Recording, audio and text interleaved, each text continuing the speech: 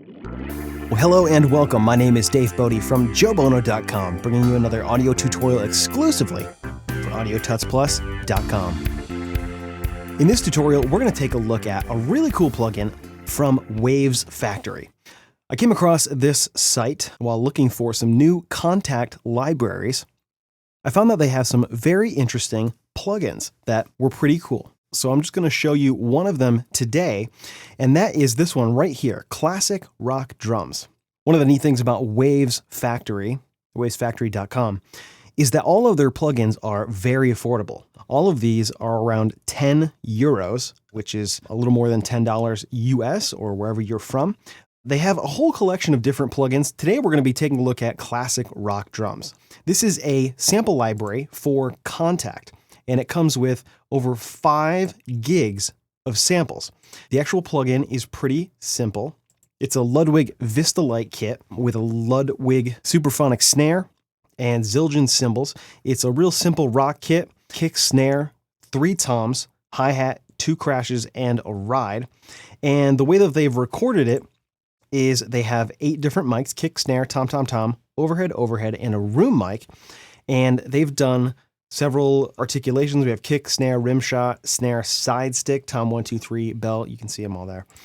And you're saying, wow, that's a big sample library for, one drum kit. Well, they've done 6 velocities on each articulation, I guess. And then there's 6 round robin.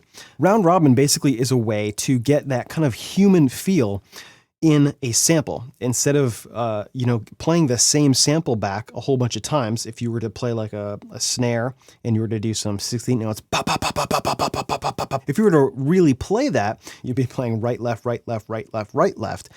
And each hit would sound a little bit different. The same if you're playing a groove, with a backbeat on 2 and 4.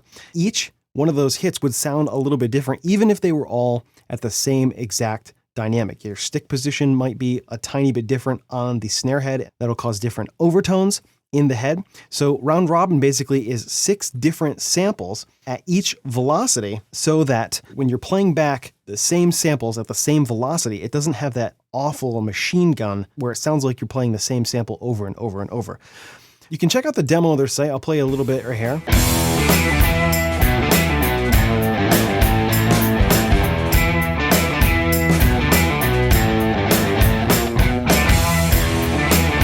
So you can hear it's a pretty cool sounding kit. It's got that cool classic rock sound. Before we jump into tweaking out this plugin, I wanted to show you what it looks like to install this. This plugin works in Contact, but it's not a Contact library, so it's not going to show up and it can't be installed in the libraries panel. But that's not a big deal. If you choose to buy one of these plugins, the larger plugins come in several RAR files, and so those have to be unzipped.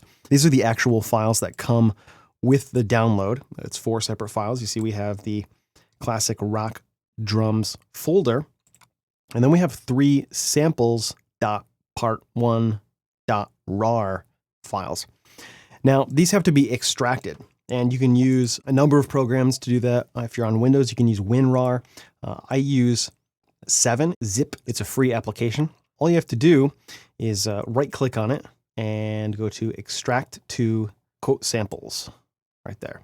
And then what this is going to do is it's going to make a folder in here, and it's going to put all of these files in that folder. Now, RARs are basically a way to break up a larger set of files into kind of parts, and one RAR file kind of knows where the other RARs are. So if you just have one of these, I'm not even sure that that you can get the samples out. You might be able to, but this will put all of the samples from all 3 of these RAR files in this one folder. We do not have to extract all of these. It will build all of these for us. You can see it says right here, total size is going to be 5,218 megabytes. And that's the uncompressed, basically, size of all 3 of these folders. So I'm going to cancel this. Yep, because I've already done that, so I don't need to unzip all the samples, but I'll just unzip a couple here, just so you can see right there. Boom. Okay, great. Awesome.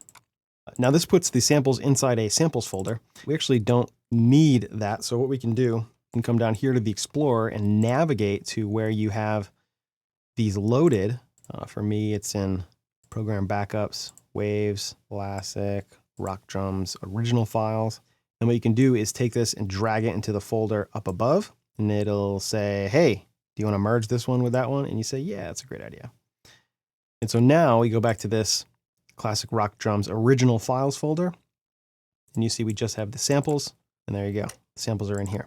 And what you need to do is these samples need to live in this classic rock drums folder. First, what we have to do is unzip this. So I'm going to use zip 7 here. I'm going to right click and say extract to classic rock drums. Boop, puts another folder right here. And then all we have to do, drop that puppy right in there.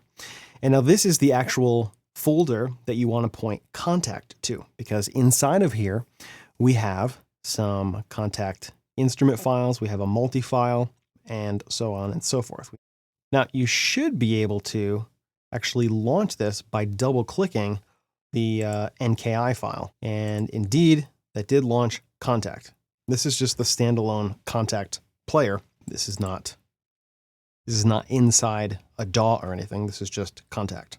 And so what Classic Rock Drums gives you is essentially 3 patches. One of these is K3, that stands for Contact 3.5 or better. One of these is K4, and that's for Contact 4 point something rather and up. I'm going to use this one, but this one works just the same. It just doesn't have some of this interface stuff here. So it's all the same samples.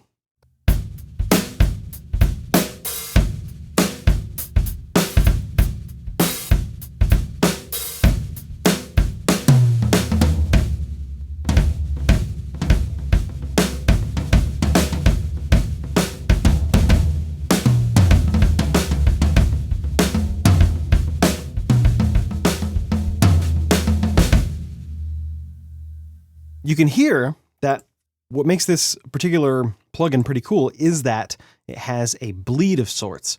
And just like if you were to record a real drum set, other microphones would pick up other instruments. And this is what gives a real recording of a drum set that sound, as opposed to sampling each individual instrument away from the rest of the kit. You don't get that kind of sympathetic vibration in those other drums, especially with the snare drum, because the snares tend to ring on just about everything except, maybe the cymbals. They probably do a little bit, but it's not really that perceivable. But the toms and a lot of the lower frequency stuff really do make the snares ring, and that's what gives, a recorded kit, when you're recording it all together in the studio, that kind of sound. So this sample library, because every drum is sampled on every single microphone, has that. So when you play the kick drum, it actually is in all these other drums. Check this out.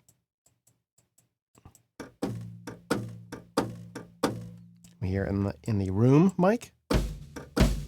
We hear in the overhead and the snare. Same thing for the kick drum. We can hear the other instruments in there. You might think this is good, and you might think this is bad. I happen to think this is pretty cool because it gives a very realistic sound to the drum kit. So I'm going to close down Contact here. Let's jump into Reaper and see about setting this up. Now, the first thing that I want to do, I want to just see what this looks like if we pull this up, and we just want to use one of the basic patches here. So what we can do is we can go into Instruments. We can just grab a Contact. We'll take a look at this stuff. Yep. Say yes there. All right. Now we can throw this in here. Boom. Now, sometimes these samples can take a little bit of time to load. Now, I've actually already loaded this a couple of times today, so the samples are loading a little bit faster. The first time that it loaded, though, it took several minutes for all the samples to load up here. I don't know if it's, finding stuff, but that can happen inside of Contact. One way that we can fix that, so what we can do here is we can go to Batch Resave, click yes.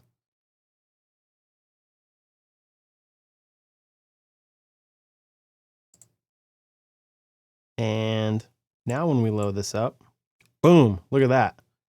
It loaded that puppy in like 0 seconds. So that can really, really speed up load times, especially when you have a lot of samples. You see we got the classic Rock Drums K4 patch loaded here, and it sounds exactly like the other one.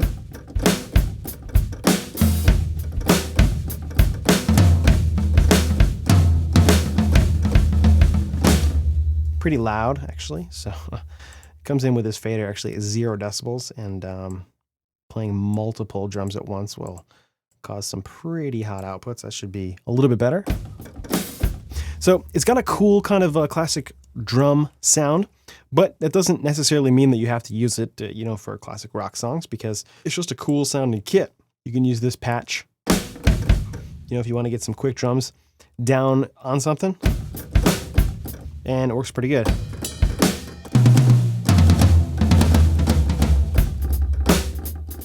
Now you can see down here on the keyboard, these are the keys that it has. Up here we have the hi-hat kind of foot splash. And we have some different hi-hat articulations there.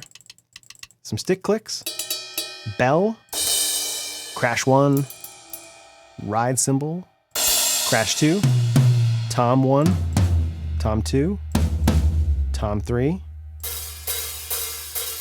We have open hi-hat. We have hi-hat close. And we have hi-hat foot close. And we have hi-hat closed. Pretty cool sounding kit. One thing though you might have noticed is that these drums are a little bit ringy, especially these low toms.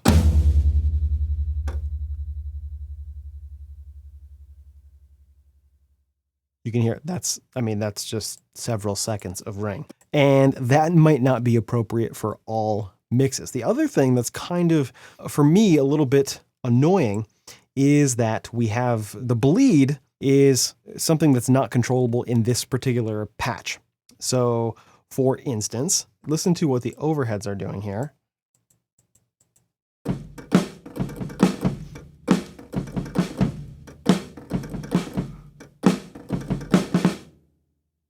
What we're actually hearing in there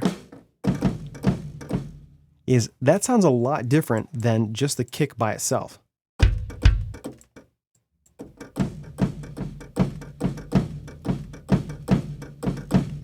And that's because the overheads are picking up the kick drum ringing in every single tom. These are really, really big, open, ringy toms. So what we're going to do is we're going to tweak the heck out of this plugin and really get it kind of dialed in and a little bit more production ready. So the first thing that we're going to do is we're going to get rid of this. And actually, we are going to just delete this here altogether, because we are going to need some more outputs. We're going to need more stereo outputs, I think. So just pick contact 5, 16 out. We'll hit yes. All right, cool. What we want to do is we want to load this plugin or this patch right here. We're going to drop that in. Replacing multis will merge, blah, blah, blah. There you go. And see how fast that loaded? Blick, blick, blick, blick, blick. It's all loaded up.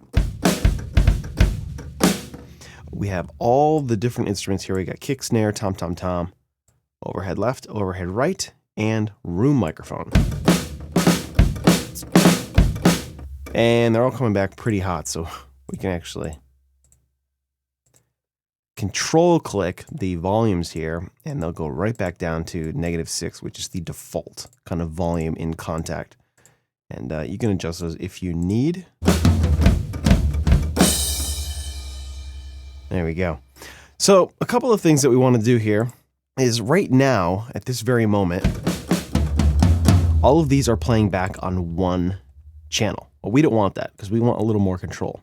What we want to do is jump over here to the output section and under batch functions, clear output section and create one individual channel for each loaded instrument. There we go. Now this has just routed everything.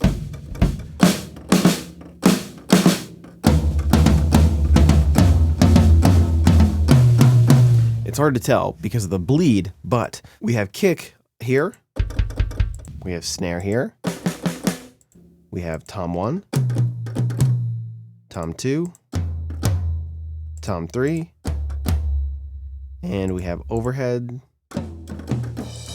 Actually, we have overhead between these two, and then we have room microphone right there.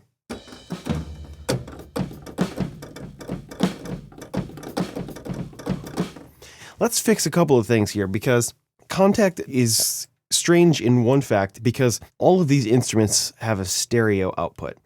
and they can only be routed to a stereo channel here. If we change one of these to mono, the routing doesn't work for whatever reason. I don't really know, but it just doesn't. So check out the overhead here.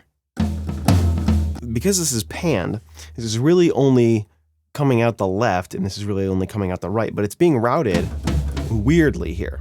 You see, when we did that batch kind of repatch there, it's not coming back on the right thing. So what we want to do is, let's name these real quick. This will just help us keep track of things. We'll call this one overhead. We'll call this one room. Then what we can do is over here, we'll send this one to the overhead, and we'll also send this one to the overhead. Then we'll send this one just to the room. And that will basically mux these two into one output here. And this is already set up the routing to the channels that it created. So we can actually get rid of this one because we don't need that one. Yeah, blah, blah, blah. Now we have these set up right here. So let's do a quick rename here. And then we need to fix just a couple of the routing things here because, see, these are all stereo. So we got 1, 2, 3, 4, 5, 6, 7, 8, 9, 10. Overhead, if we go into the I/O panel here, overhead should be getting audio from 11, 12. It's sending that to its 1 and 2 channels. And this one should be getting audio from 13, 14.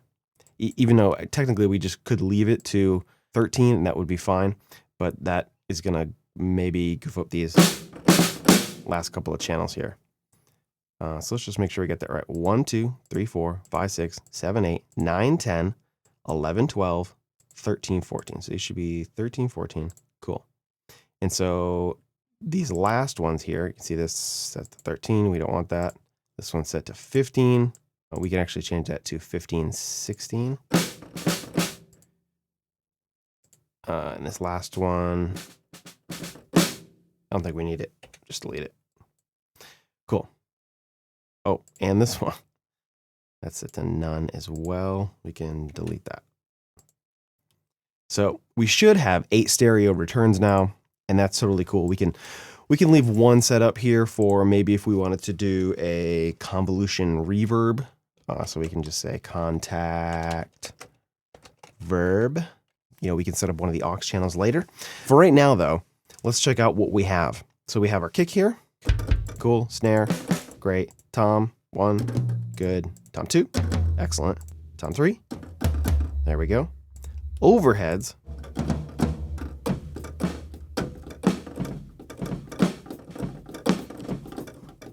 That's pretty cool because, you know, if you wanted to do some kind of sound thing, you know, maybe you want a kind of an old-timey thing.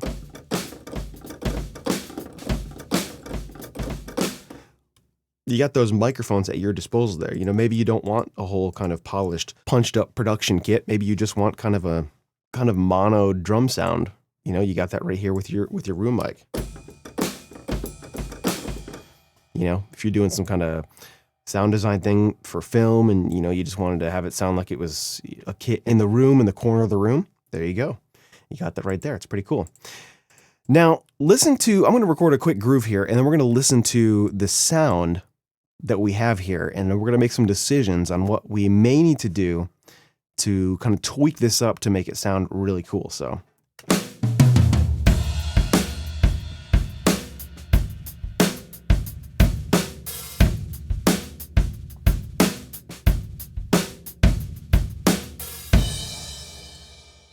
A couple of things that I think this kit needs. It definitely needs some EQ on these drums. I'm not sure if this plugin comes EQ'd, you know, whether they did some recording and then some processing. It sounds to me like it's pretty raw. Maybe there's a little bit of EQ on some of these, but it definitely wouldn't hurt for a little bit more. For one, overheads are going to benefit a lot from a little high pass filtering.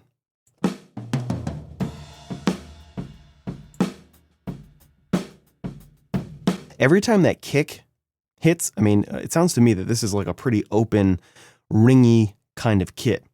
And so every time that kit hits, I can actually hear the low toms ringing.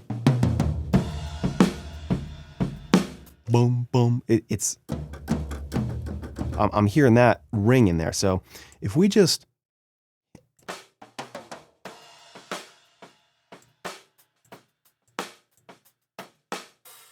now you're saying, oh man, what are you doing there? Well, listen to it in context of the whole thing. And right now we'll mute the room mic because we don't really need that.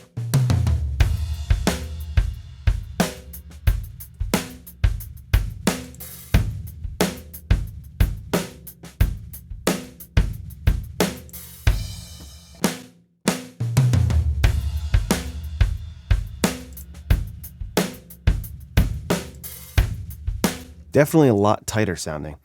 Now, a couple other little processing things that we can do. We can come in here to the kick drum and we'll add just a little comp and EQ.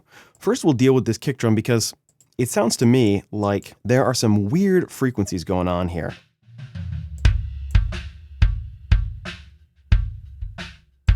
There's like a weird kind of upper meow, meow, meow sound. I don't know what that's coming from. It's kind of like a basketball kind of ring. You know, if you bounce like a rubber basketball that's been, you know, has a lot of pressure in it, you get this kind of weird ring in the basketball. That's kind of what it sounds like. Now, it may be some kind of other weird resonating thing in there, but it's not good. So we're going to find that frequency, and I believe it's around 1100 hertz, somewhere in this region, between 1K and 1100 hertz, right around here.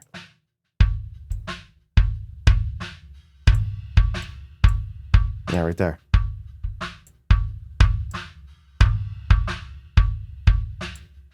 So that's gotta go. That frequency is no good. So that helps right there. I do believe that there's another kind of resonating frequency around 2K. Actually, I think it might be right around here. And if we do something like this, I know that looks really ugly.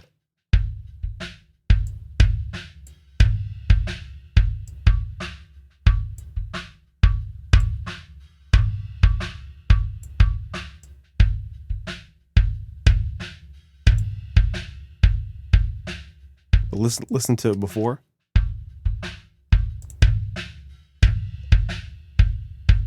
That frequency, it's gotta go. I think there's another kind of resonating frequency around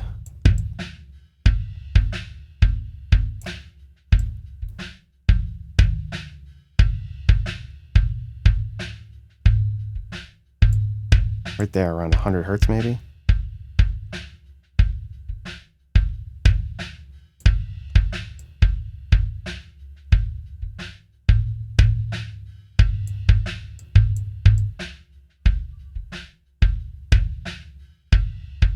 We might not want to mess too much with that low end. Now let's add just a little bit of compression.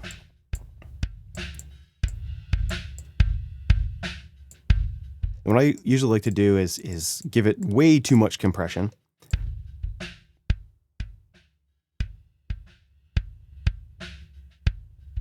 To find the attack time. So you leave the attack time really short. And then increase it until you can hear that full whack of the kick.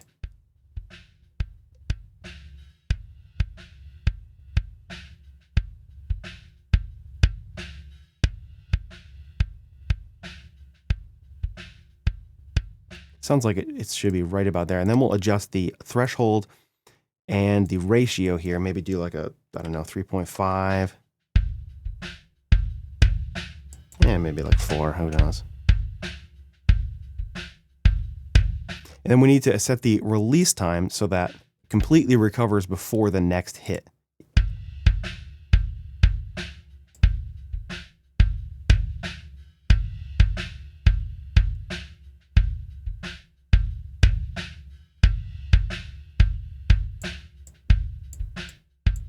We could actually calculate that mathematically, but that should be fine. Okay, now we are getting a lot of other instrumentation here on the kick drum, which is very authentic. It's very real. I mean, we're hearing snare drum. We're hearing all kinds of other stuff. How could we get rid of that? Well, we can do a number of things. We could try a gate. Let's just throw a gate on here and see what's what.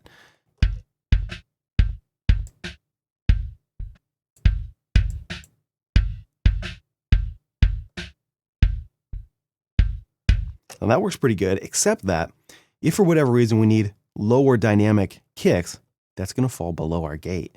Boo, you see? Not getting anything. And louder snare drums are still going to hit that, as well as low toms. Doesn't seem like cymbals will make it up that high. So what if we wanted only the kick gate to trigger when the kick is actually hitting?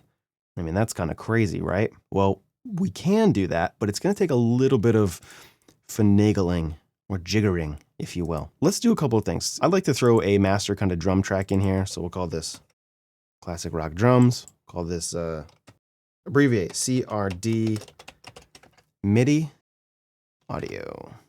Here's what I want to do. I want to add a new track. And on this new track, I want to add a plugin.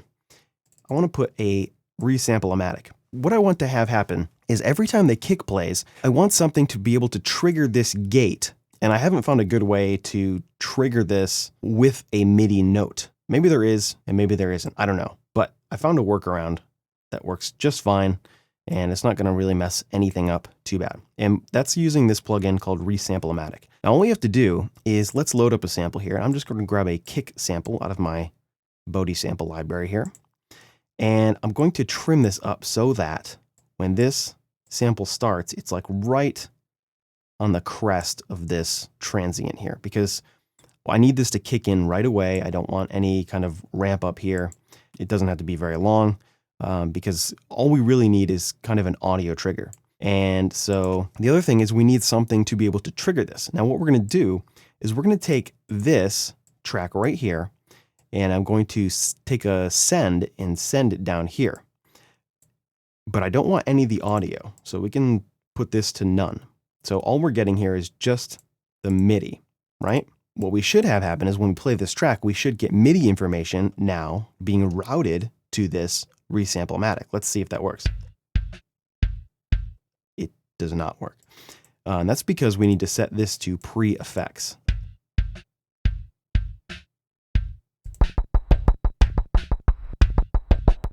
Now we can hear it. You see, before we put this on post-fader, doesn't work. Pre-fader, post-effects, doesn't work. We need it pre-effects. So we need the MIDI information to be sent to this channel before it goes to contact, right? Let's fix a couple other things here. Sampling, ignore MIDI note because we don't want it to do that. So now what we have is every single MIDI note is triggering this one sample. We don't want that though. So now still while we have this track armed for recording, we can hit this kick note here. And if you don't know exactly what this keyboard MIDI note send is, we can just kind of sweep these until we don't hear it. No, I actually know that I'm hitting a C, C2. So now I can hit more notes here up top. Here's snares and toms and cymbals. Nothing's happening. And we can even trim up the bottom just for safety here. We'll make this 36. And I've set the minimum volume to 0. So this sample basically plays back at the maximum velocity. You can see it's pretty much trimmed right up here. Now we have something that every time the kick plays, we have something that we can work with. So let's jump back here to the kick IO panel. And we're going to change this to track channels 4. What we want to do is we want to make another send here. We want to send this back to the kick channel, but we want to send the audio so that it goes from audio 1 and 2 here to audio 3 and 4.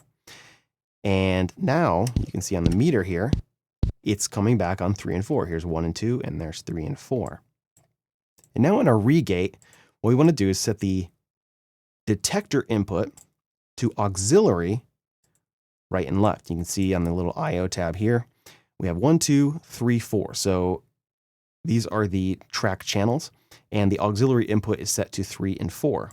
But the gated output is 1 and 2. So basically, this is going to look for the input of the gate to come from here, which is great because that's only going to happen when the kick drum is actually hitting. So now if we unsolo this, we can go in here, we We can uncheck master parent send, which means that this is never going to go anywhere. It's not going to be routed to the main outputs. It's only going to be routed here.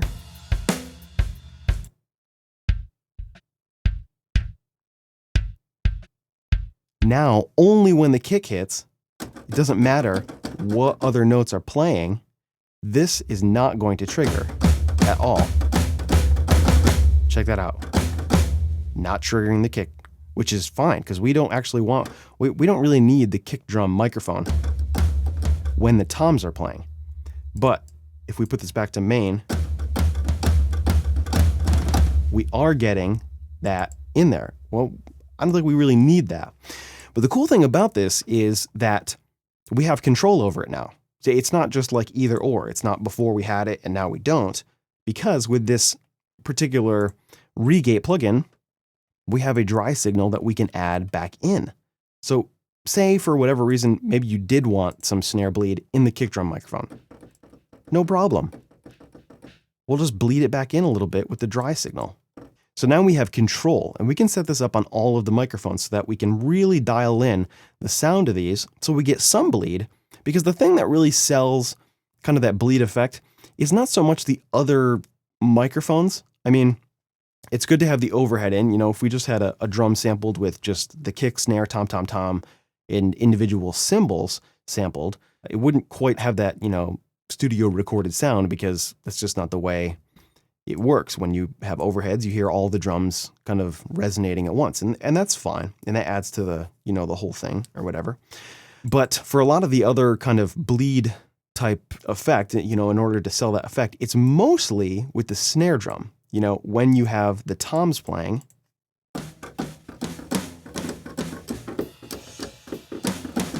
because those low frequencies resonate the snare drum wires. But we're going to have control over that now. So we can adjust now the kick drum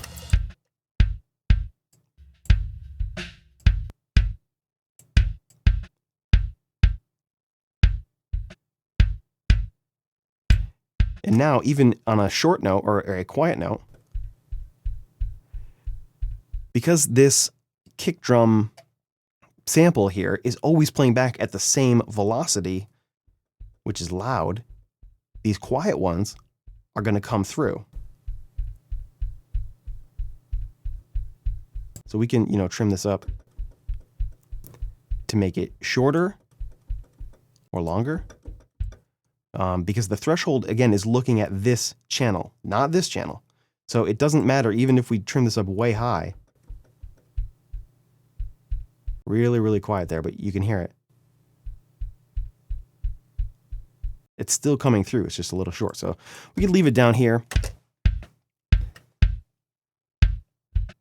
And we're hearing a little bit of snare kind of pop through there, but that's because our release and hold settings are such that that second kick note,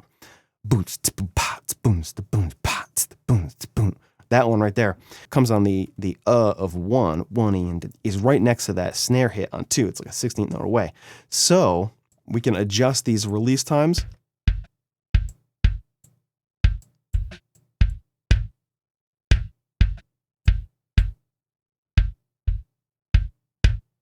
And totally get rid of it, or we can have it, you know,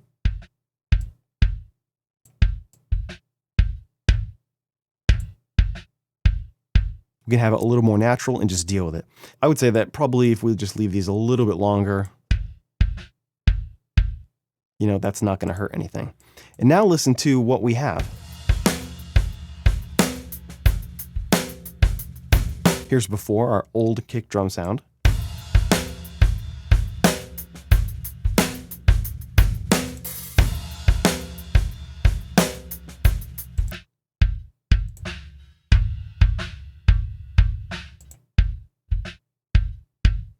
A lot tighter, and we still have control over, you know, the bleed if we want to go back to that as well. So just a cool way that we're really kind of dialing in this plugin here to get a little more control and a little bit more kind of flexibility here. We're going to keep working here, and we're going to tweak up these other drum channels here, but we got a good start on the kick, and so we're going to keep working and really get this dialed in really nice. Thanks for checking out this first part of this classic rock drums tutorial. In the next part, we're going to take a look at more tweaks to our drum template. We're going to really dial in the toms, the overhead, the room mic, and really get those situated really nice. And you're going to hear a dramatic difference from where we started to a nice production-ready drum kit.